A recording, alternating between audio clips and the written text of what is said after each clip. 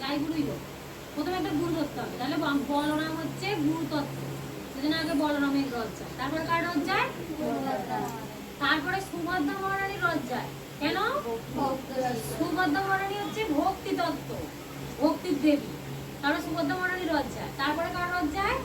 তারপরে জগন্নাথের রথ যায়। জগন্নাথকে ভগবান।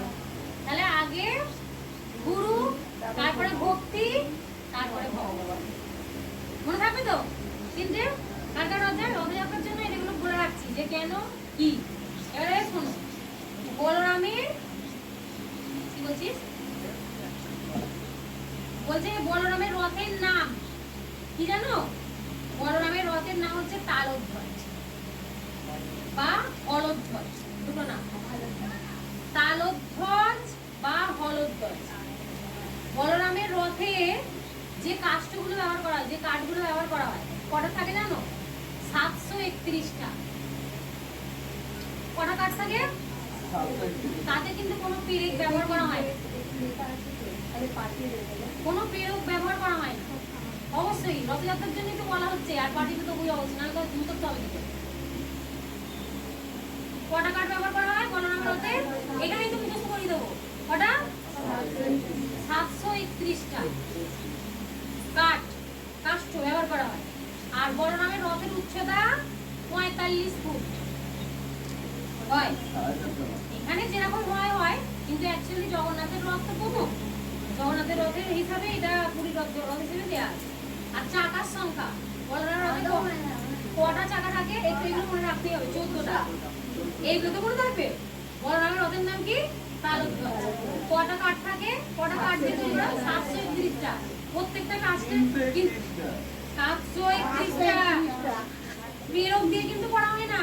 731টা কাঠ দিয়ে রথ তৈরি করা হচ্ছে, কোনো পেরেক কিন্তু হাতুড়ি দিয়ে করা হয় না, কাঠ দিয়েই করা হয়। মনে থাকে জানো? মানে কাঠের মতন করে। হ্যাঁ। আর চাকার সংখ্যা কটা? 14টা। আর রথে আবৃত করার জন্য ব্যবহৃত পর্দার রং, মানে এই যে রথটাকে ঢাকে না, কাঠের কাঠ তো দেখতে পাই না আমরা, কি রং ঢাকা থাকে? লাল আর নীল। বলরাম একটা বলছি এখানে লেখা আছে সেটা বলছি, চুপ করে শোনো তারপরে বলবে। লাল আর নীল ব্যবহৃত যে পর্দাটা বলরামের রথে ব্যবহার করা হয় সেটা হচ্ছে লাল আর নীল। আর রথে আরোহণকারী দেবতার নাম, মানে রথে কে কে থাকে? বলরাম থাকে, আর কি থাকে? বলরাম। এবং উৎসব বিগ্রহ রাম, গোবিন্দ এবং কৃষ্ণ। আচ্ছা, রথের সারথি কে? মাতালি। মানে বলরামের রথকে যে চালায় তার নাম হচ্ছে মাতালি।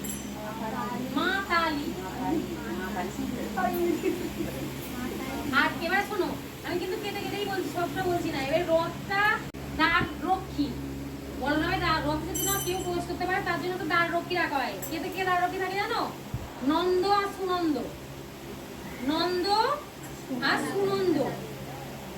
আর রথের ওপরে, বলরামের রথের ওপরে দুটো পাখি থাকে, দুটো সুখ পাখি। তারা হলো শ্রদ্ধা আর বিশ্বাস।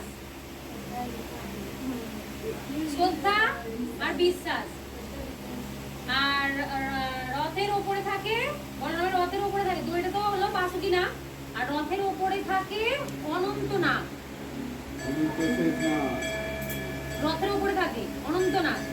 আর রথটা ঘোড়া যে দুটো থাকে, রথ যেটা অনেক ঘোড়া দুটো, ঘোড়াগুলোর নাম দিয়েছে শঙ্খ, সুচিত্র, অঙ্গদ, মেঘনাদ।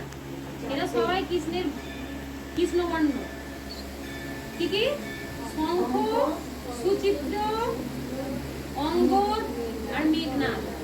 রথ টানা ঘোড়া শঙ্খ, সুচিত্র, অঙ্গদ আর মেঘনাদ। ঠিক আছে?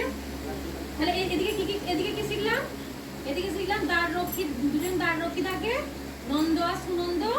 আর রথের উপরে থাকে অনন্তনাগ। আর রথের উপরে দুটো পাখি বসে থাকে, সুখ পাখি। তার হচ্ছে শ্রদ্ধা আর বিশ্বাস। আরো অনেক কিছু আছে, আরো মনে রাখতে হবে। কোথাকার নামও আছে।